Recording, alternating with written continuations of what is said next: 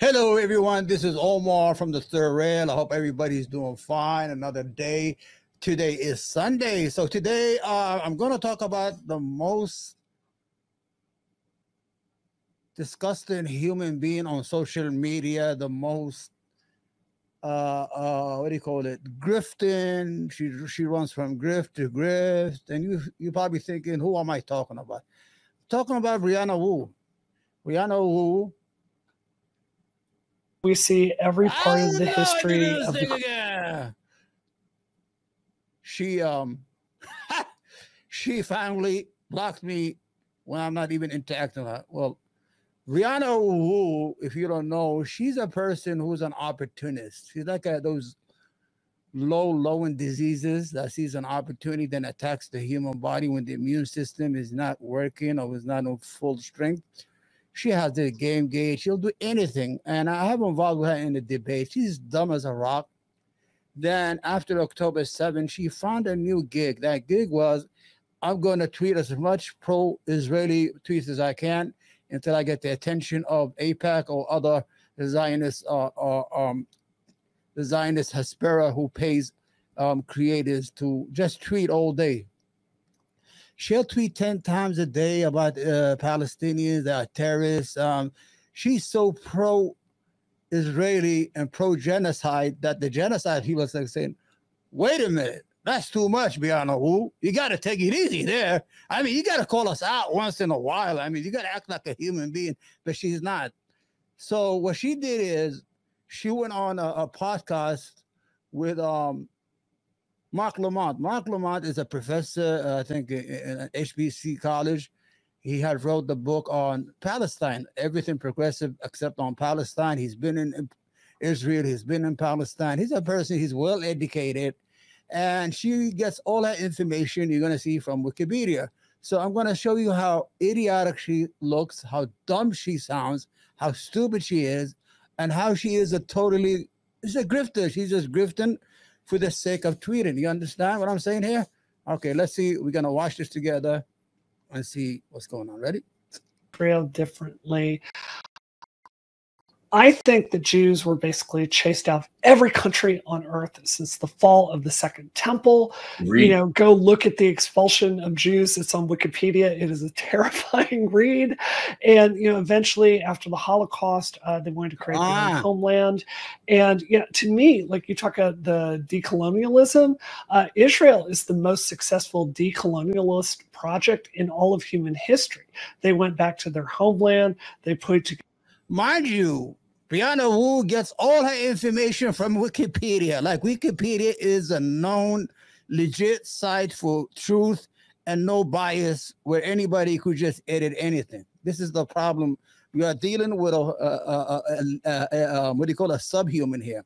She is disgusting. She is racist. If you see her tweets toward Muslims and Palestinian, and she's not well educated. Let's just say she's not well educated on the let me fix this.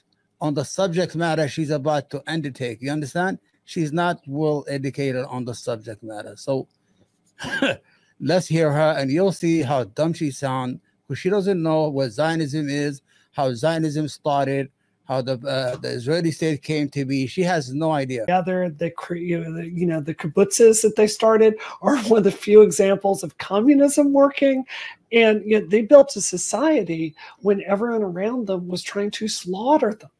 And I think there's so much there that I respect. And, you know, this is maybe getting too personal, Mark, but when now she's going to go on a rant. She's going to say every single moment in her life was saved by Jewish people or through the good grace of Jewish people in the United States. Maybe one incident, maybe two, maybe 2.5. There must have been other good people.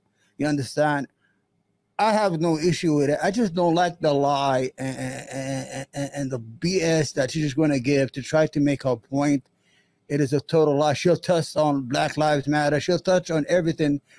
If you ever been on a debate, she's tried to win the side by agreeing with the other side and try to find common ground with them in order to protect herself from any pushback? After October 7th happened, I really started thinking through my life. And I was thinking when my family disowned me, when I came out and I was homeless.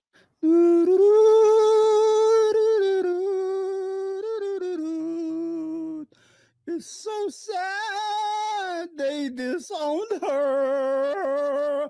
We don't even know how much that is true. She's a liar.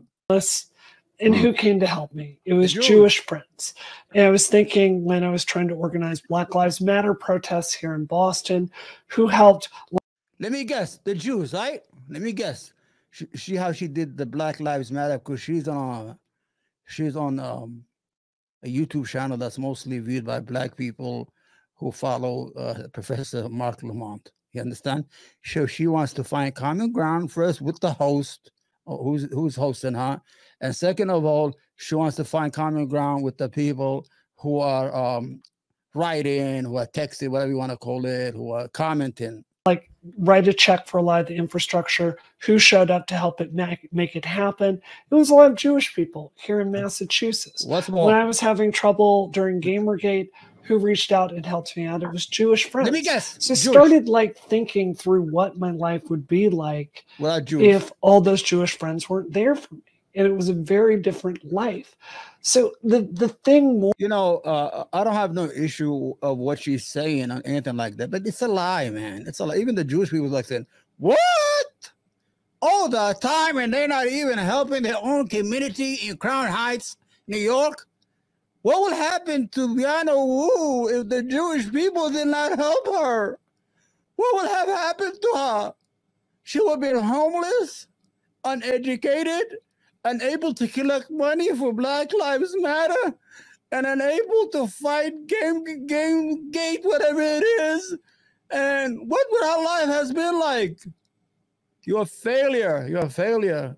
Matter of fact, I feel sorry for the Jews. You're trying to claim they helped you. Morally, that's motivating me is I think there's a real question for Jewish dignity that just is, it seems undercounted in the leftist discourse. And so Palestinian dignity doesn't count. The genocide of 50,000 doesn't count. If you go to her Twitter, man, you'll be disgusted about what she tweets all day, 10 times a day. She has to tweet pro-genocidal tweet, then goes to sleep, collects her check, and everything is A-OK. She has no sense of empathy or any credibility at all.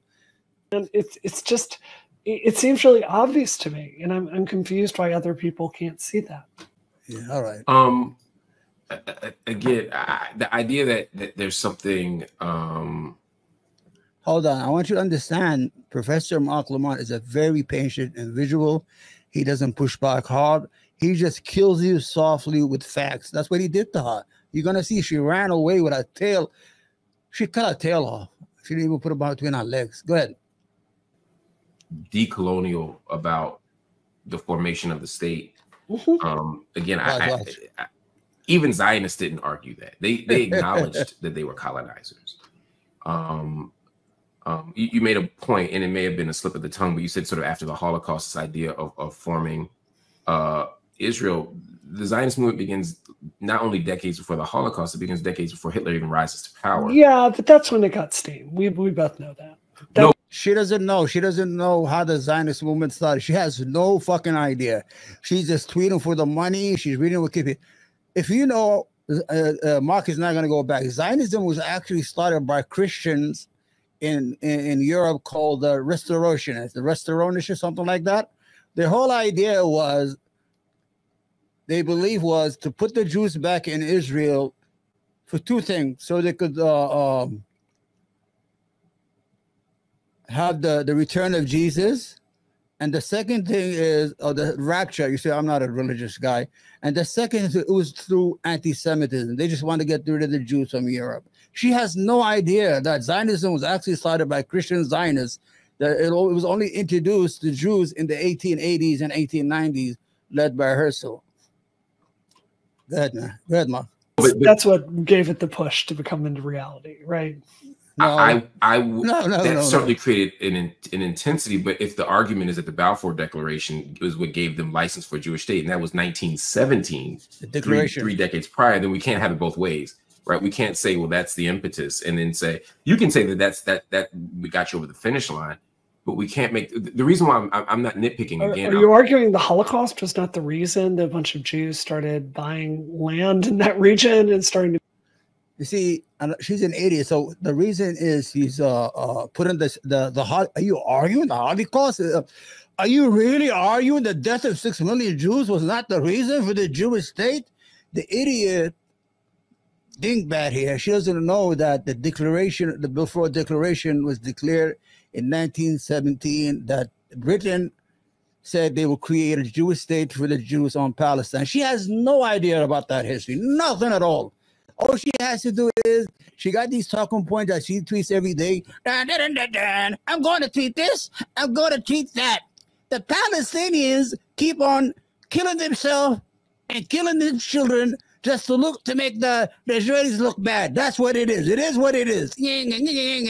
Sorry, man. I'm acting up, man. I had a lot of coffee and I have such disgust feeling for this pure excuse of a human being, a loser. Move there, like that's like after that's the reason a lot of people left Russia to go immigrate. No, what I'm arguing is that Jewish immigration to historic Palestine, both Palestine and British mandate, began long before the Holocaust began. And if we were to accept the way you narrated it, one would believe that Israel was formed because of the Holocaust, that a Holocaust happened and then Israel was formed. Obviously an oversimplification, sure. Right, but it's not just an oversimplification. I'm saying it's not just like overstated something that's generally true. I'm saying had there not been a Holocaust at all, and there was, I'm not saying there wasn't a Holocaust, I'm saying there was one, but I'm saying prior to the Holocaust, there was already a plan for it, for Israel, and for first a Jewish homeland, and then later on an actual state.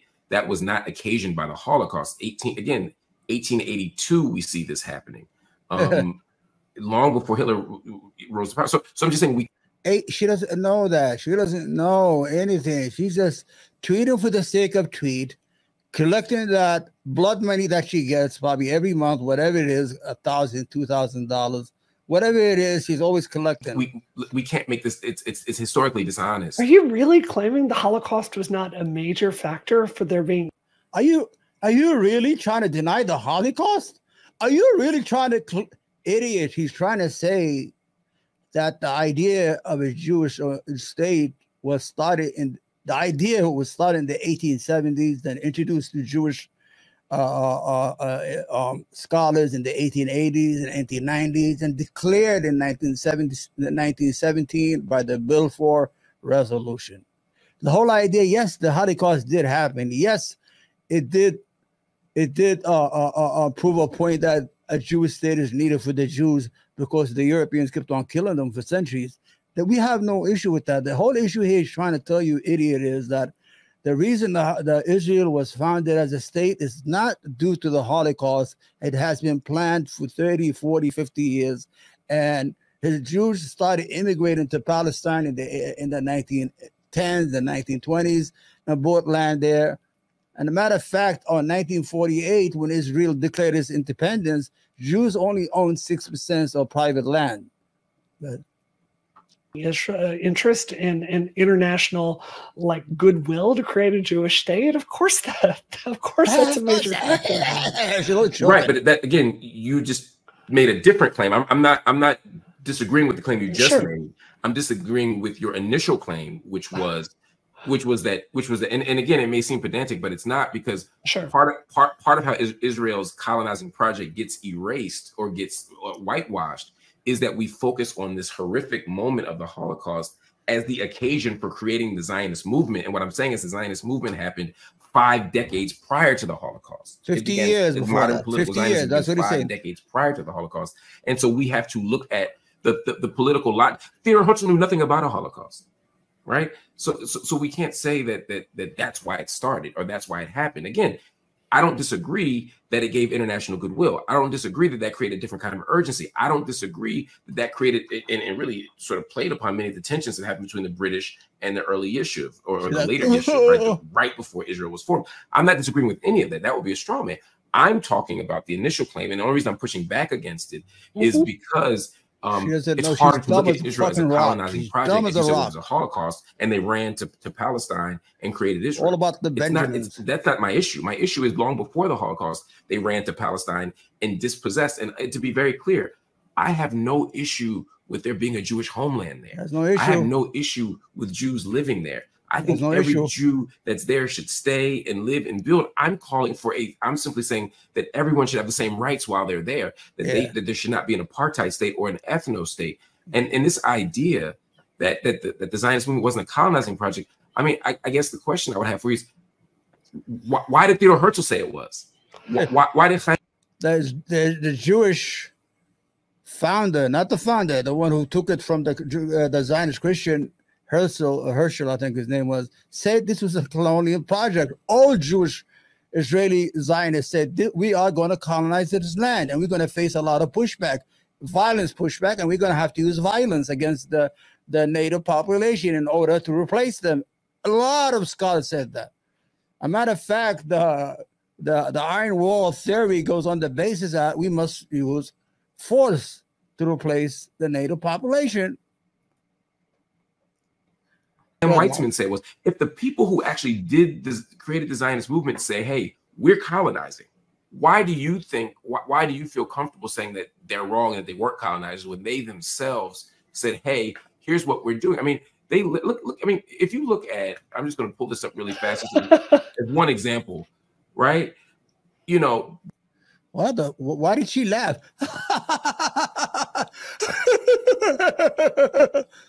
You know why she's laughing? Is because she's looking stupid by the minute. They had a department of colonization in historic Palestine. And the Zionists themselves had a department of colonization for people who wanted to make what was effectively aliyah, right? I hear what you're saying. I do think it's important to remember this is originally where the Jews came from. If you've seen Joseph and the Amazing. Don't forget where the Jews came from. She doesn't know that the Palestinians are actually Hebrew Jews who converted to Christianity when Jesus Christ. Even Dave Ben-Gurion said that the original Hebrews, the Jews, never left the area because the majority of them either converted to Christianity or converted to Islam. Case full stop. This is Ben-Gurion, the founder, the first president of Israel, saying that. She doesn't know any of that history. Technicolor Dreamcoat. This is their home. They lost their home. You asked me to answer your question. Sure. Why did they call it colonizing and have departments of colonization and openly say we're colonizing if you feel like they didn't? I think that I'm sure someone used that word at some point. No, not someone. Directionally, I have to analyze things as they are. I don't think it's a colonial project. I think they are returning to their homeland. I think it's been massively successful. And I think that this discussion constantly undercounts. She calls the ethnic cleansing in 1948 of 750,000 Palestinians through murder and killing and rape and machine gun. Go look at the documentary. I'm not making this up. Is a very successful decolonizing of the native population. If this is not pure evil, ladies and gentlemen, I don't know what it is. This person is an evil individual. Full stop. And she's making a fool out of herself by showing up to debate Marc Lamint. I would even debate terror and violence visited upon Israeli civilians. Yeah, right. Okay. You didn't actually answer the question, but I'll leave it alone. No, you said someone used you said someone probably used that term. Someone probably used that word. I don't think that's evidence. I'm saying the actual Zionist movement. There was an organization, the World Zionist Organization. The department. They had a department of colonization. They called themselves colonizers. They said we're colonizing. When you read the work of Theodore Herzl, he said we're colonizing. That's not somebody saying it somewhere. That was fundamental to the project itself. I'm asking, and if you feel like you need to come back and circle back and read on that and come back, I'm fine with that. No. I'm wondering when the colonial, we have this word we use in progressive circles, like colonizer, all of that. I'm wondering. The whole idea she knows she has made a mistake by talking to a professor. Now, if she was on Wick TV's panels, that idiot, she could say anything she wants. But she didn't get any pushback. He was educating her. He was at the same time. Now she realizes that she's been an idiot all her life, and that all the talking points that her Zionist handlers have given her are not working. And he's telling her, you could go back and educate yourself about the issue, then come back on the program and we could discuss it. Because right now you're a total idiot. But Marc Lamint is not going to say that because he's a gentleman and he's an educated person.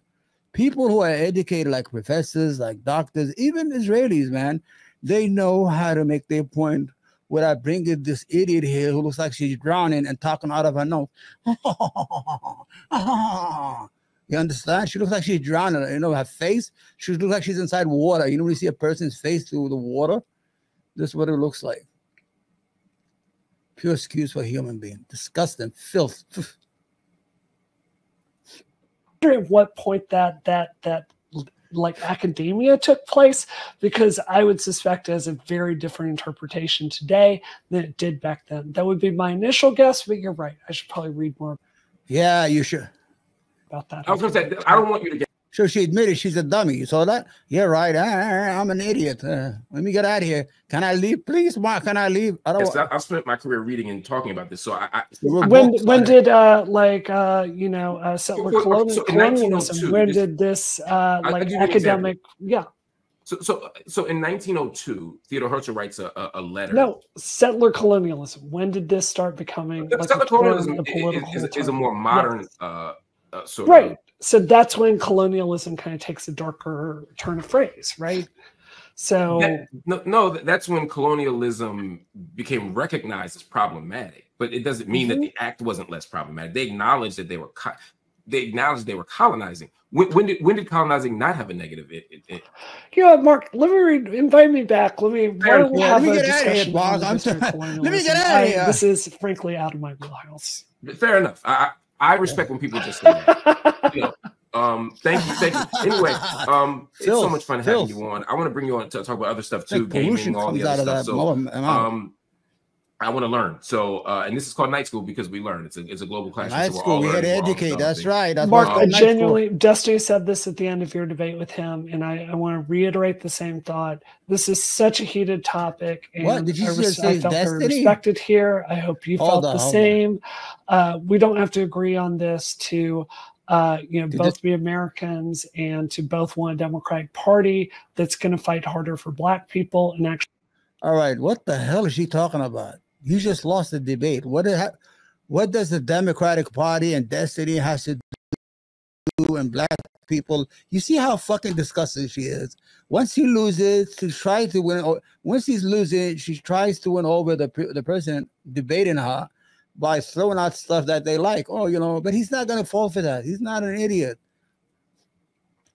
Enact public policies, which is exactly what I want with queer people as well. So I really, truly enjoyed the conversation. Brianna Wu, everybody. Thanks so much for joining me, Brianna. See you soon. Everybody, that was Brianna Wu. We'll have her back for sure. We're going to continue to talk and build. We don't always agree on conversations here in the classroom, but we are willing to have them. That last colonizer point, though, that might have been the lethal blow. That might have been the death blow, but I love him. You see how he is? Mark, he's a genius. He's like saying, we like to have people back. We like to have debate. But I think that last point about when we showed that the actual Zionists were saying we're going to colonize this land and we're going to replace the people there, and she had a different talking points, then that's what did her in. She's going to go now and read more. Instead of reading Wikipedia, she should read The Ethnic Cleansing of Palestine by a Jewish scholar called, what's his name? Pepe. His last name is Pepe. Elon Pepe. Anyway, Mark, you are the genius. We love you. Finish. What did y'all think? That was a conversation. It was a conversation. You're absolutely right. Let me try to get back in there because you're absolutely. It was a conversation. The whole idea is that Brianna Wu is nothing but a grifter on Twitter. She has to tweet. Look at her Twitter feed. She has to tweet all day, 10 times, 15 times a day. How much can you tweet? How much can you tweet? I mean, how many times can you tweet a day about one subject? Educate yourself. Recognize the wrongs of the other side. Don't follow blindly. If Palestinians kill an innocent Israeli, I'll say that's wrong. I'll condemn it every time of the day. But you got to call out genocide. When you see genocide, you have to call out. And those people are defending it are more disgusting than the people who are committing it. Brianna Wu proved that not only she's as dumb as a rock, she's also a Zionist. Is a Zionist talking point. That's all she is. She has to repeat these things all day. She came to a person who was very learned, and she could not handle it. Love you all. Until I see you next time. This is Omar. Bye-bye.